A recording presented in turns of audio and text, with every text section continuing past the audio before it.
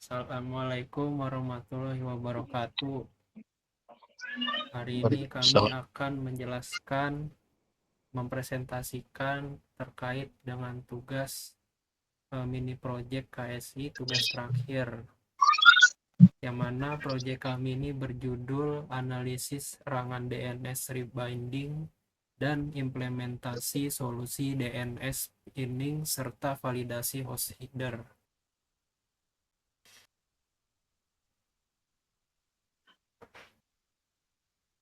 Baik, latar belakang. DNS rebinding adalah serangan yang memungkinkan penyerang melewati kebijakan SAM origin policy pada browser, sehingga skrip berbahaya dapat mengakses layanan internal seperti router atau perangkat IoT.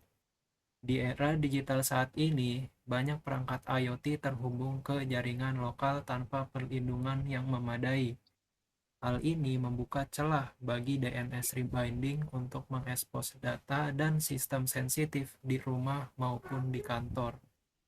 Proyek ini mensimulasikan serangan DNS rebinding dan mengevaluasi solusi mitigasi seperti DNS pinning dan validasi host header guna meningkatkan keamanan sistem informasi.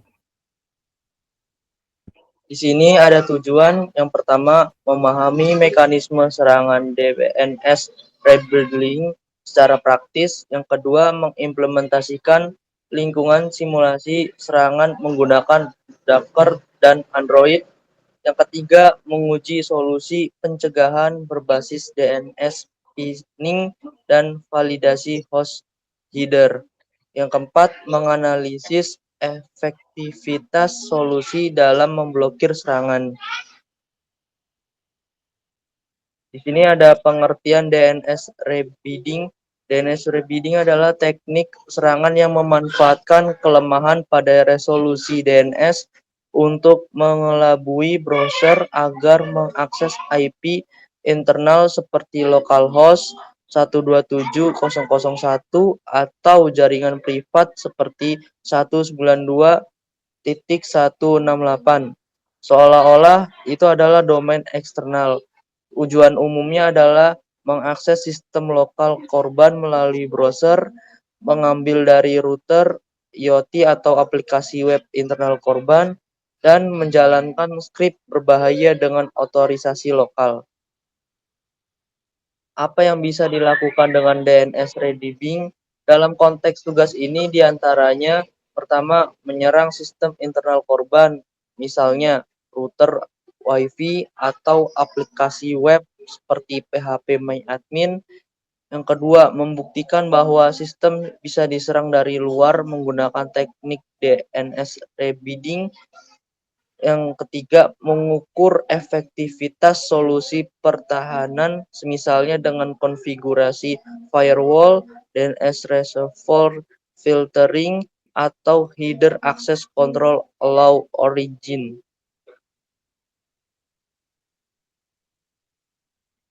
Metodologi. Di sini ada alat dan bahan untuk implementasi dari DNS rebinding. Software yang digunakan adalah PHP dan MySQL yang berguna untuk menyimpan data korban. Yang kedua, DNS MASQ, yaitu DNS server dengan TTL rendah. Yang ketiga, Python sebagai web server simulasi. Hardware-nya diantaranya adalah komputer atau laptop dan router jaringan. Tools atau alatnya yang pertama adalah browser seperti Chrome atau Firefox.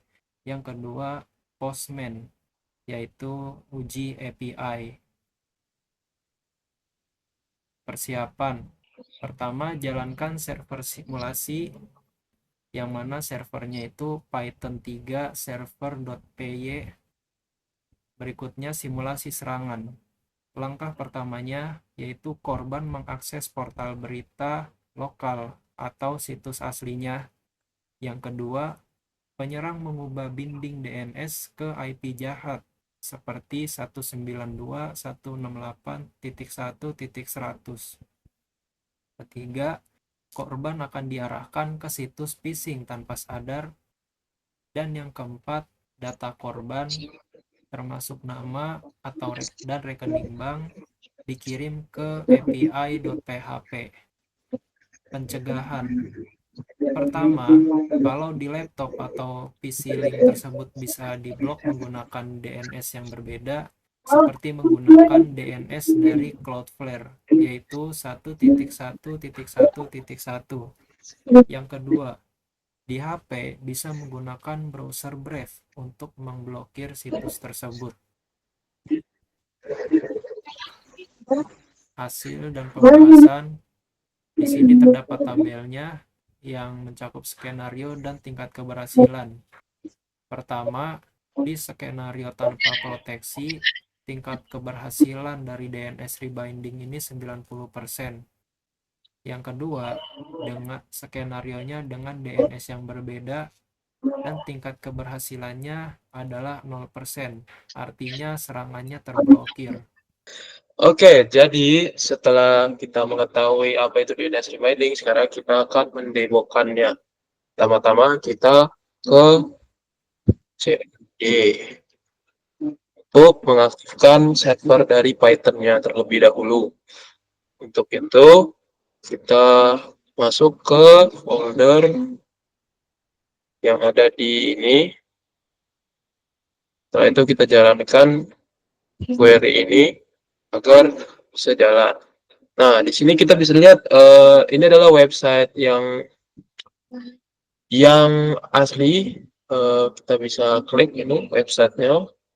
Ini website asli. Nah, di sini kita belum apa-apakan. Nah, kita mulai untuk DNS rebindingnya, yaitu kita klik redirect ini, terus simulasi, semuanya kita nyalakan.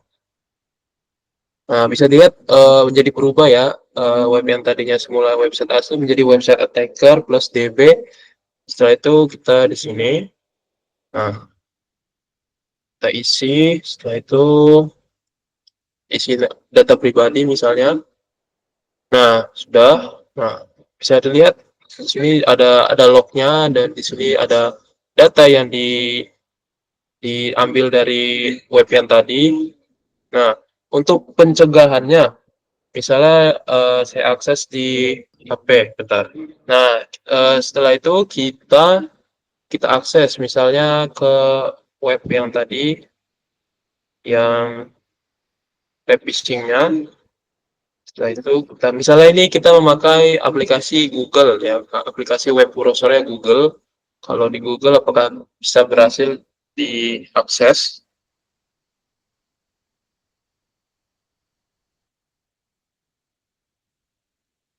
Nah, kalau di Google dia bisa berhasil ya, dia bisa diakses oleh kalau aplikasi Google.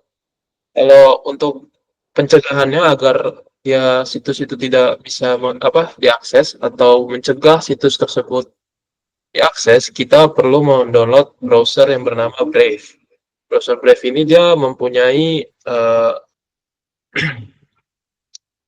dia ada fitur yang dimana dia bisa memblokir website-website yang mencurigakan.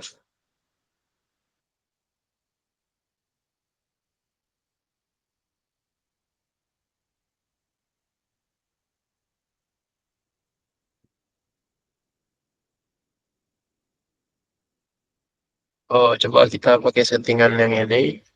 Kita tingkatkan semuanya. Ya, bisa dilihat. Oke. Jadi browser Brave ini bisa digunakan untuk memblokir website-website yang mencurigakan.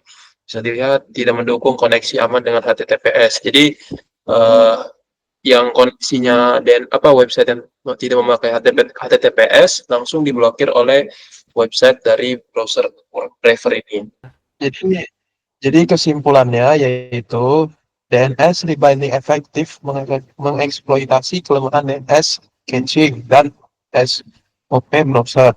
Solusi DNS firewall terbukti 100% efektif mencegah serangan dengan membatasi TTL dan memfilter domain mencurigakan. Dan seperti yang tadi saya tes, di HP itu kita bisa memakai browser dari Brave, yang dimana itu ada fitur untuk mencegah atau memfilter domain-domain mencurigakan. Kelebihan solusinya yaitu mudah diimplementasikan, tidak mempengaruhi kinerja jaringan. Kekurangannya itu memerlukan konfigurasi infrastruktur dari DNS atau router atau server. Sarannya itu perbaikan, tambahkan validasi origin header pada aplikasi web untuk memastikan permintaan hanya dari domain sah. Gunakan DNS SEC untuk memverifikasi integritas respon DNS. Pengembangannya itu uji coba solusi berbasis browser, extension, dan lain-lain. Pembatasan TTL di sisi klien. Eksplorisasi pencegahan dengan konten security policy atau CSP. Ya, baiklah itu dari kelompok kami. Wassalamualaikum warahmatullahi wabarakatuh.